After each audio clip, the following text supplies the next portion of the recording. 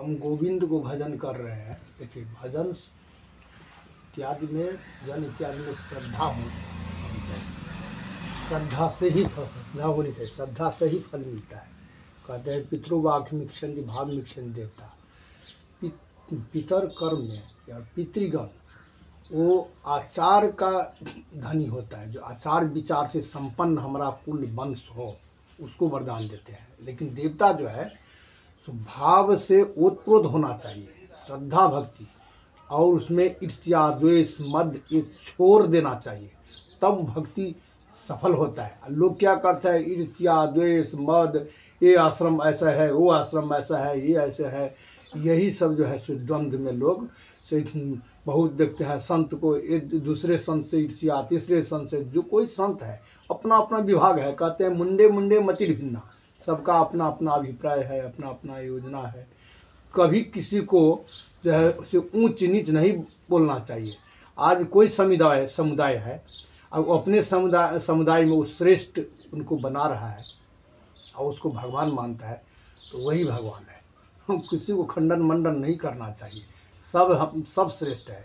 अपने आप को ये रखना चाहिए भाव, और भगवान को तब भजन करता है तो भगवान उसको से तब भगवान को पाता है। अब हम कुछ एक ठो भजन हम गा रहे हैं संस्कृत में।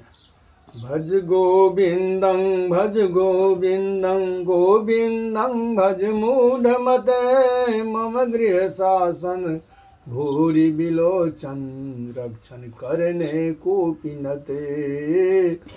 भज गोविंदं भज गोविंदं गोविंदं भज मूढ़मते भज गोविंदं भज गोविंदं गोविंदं भज मूढ़मते।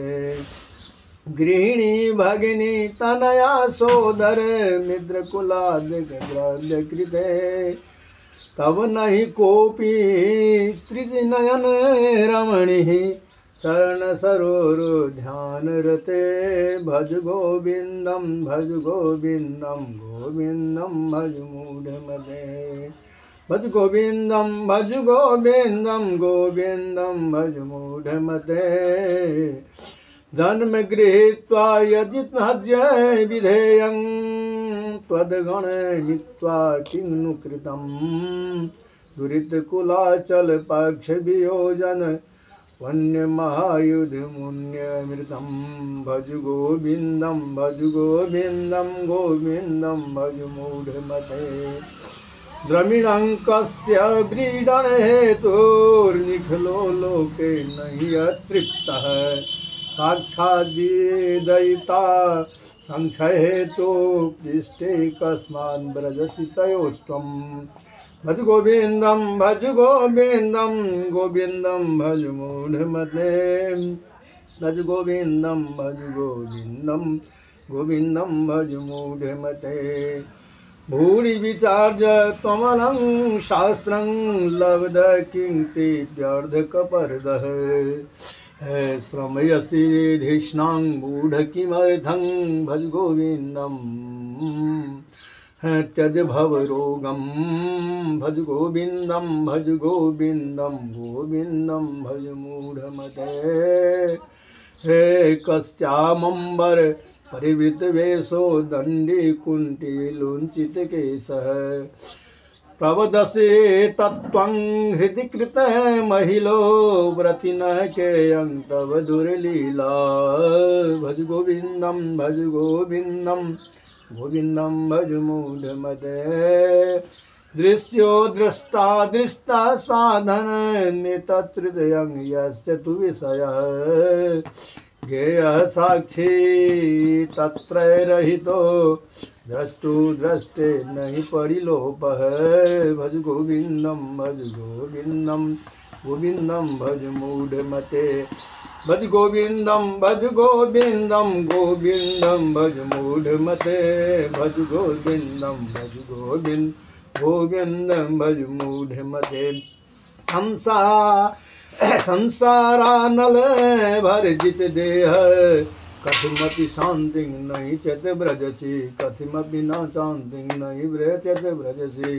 अतिशय शीतल पुण्य हिमाचल संभव बल्लभ मैं प्रिय देवम भज गोविंदम भज गोविंदम गोविंदम भज मूढ़मते तब नहीं किंचित त्वं नहीं कस्याप्यमलं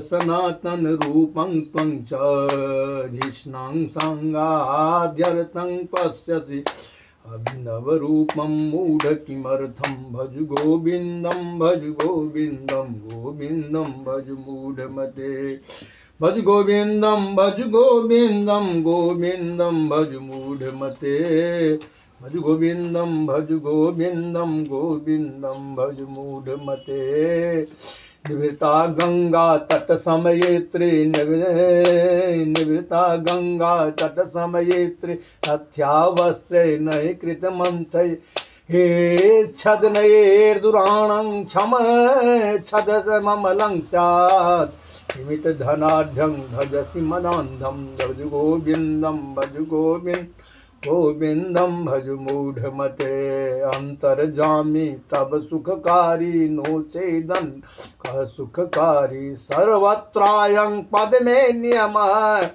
सोयं कस्मान्हिते रहित है भज गोविंदम भज मूढ़मते नितमय सुकृतं किं फलदस्यात् यदि न त्रात्री वेणुधात्री कृतमप्य कृतं नहीं फलदंशात् यदि सा गोप्त्री त्रिभुवन धाता भज गोविंदम भज मूढ़मते कुरु निज कर्मा त्यज दुर्व्यसन व्यसन भवरे परमेश्वर जम न तब भव नहीं जाने जनेस्मिन् त्वं शुभ भक्ता भवत्वमधिकं शुभ करवादी भज गोविंदम भज मूढ़मते सकलो गुप्तस्तिष्ठतु तावत् किं ते गुज्य सनातम् गुज्यं सत्यं यत्तु तदेव धृतहर रमणी सरोजम शरण सरोजम भज गोविंदम भज मूढ़मते कोयं लोक कस्त्वं भूत केयं लीला विषय विलीना जन्मनि तस्यां लीनः स्मरसि कथं नहि भुवनाधीशं भज गोविंदम भज मूढ़मते पूर्वं जन्मनि कस्त्वं जाते प्यग्रे जन्मनि कस्त्वं भविता सम्प्रति जन्मनि नश्वर दे किमित कुवर्गं कुरुते मुहुर्षे मूढ़ं भज गोविंदम भज मूढ़मते भज गोविंदम भज मूढ़मते वृद्धो जातो जरया ग्रस्त है कफयुत लाला घर घर कंठ है पश्यसि किं त्वं कस्य कुटुम्बं भज शरणागत वेणुधात्रीं भज गोविंदम भज मूढ़मते भज गोविंदम भज मूढ़मते।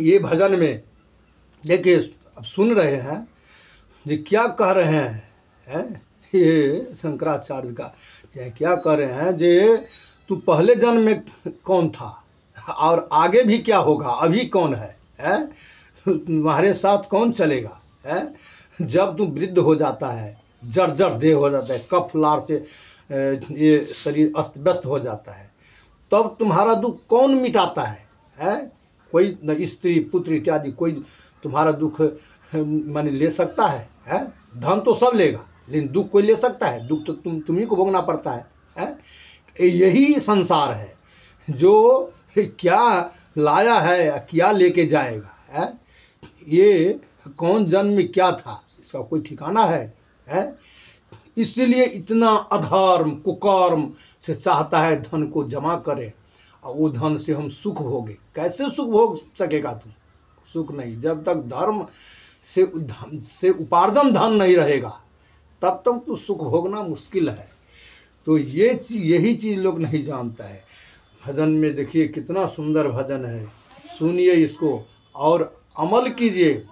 कोई भी धर्म है, कोई भी धर्म खराब नहीं है, जो कोई धर्म है, जो कोई महात्मा है, सब अपने अपने में है, लेकिन उसका अर्थ समझिए। हम एक बार जा रहे थे तो देखिए हम वहाँ मुसलमान लोग सब जो है सो नमाज़ पढ़ रहे थे, सब रोड पर बैठा हुआ था।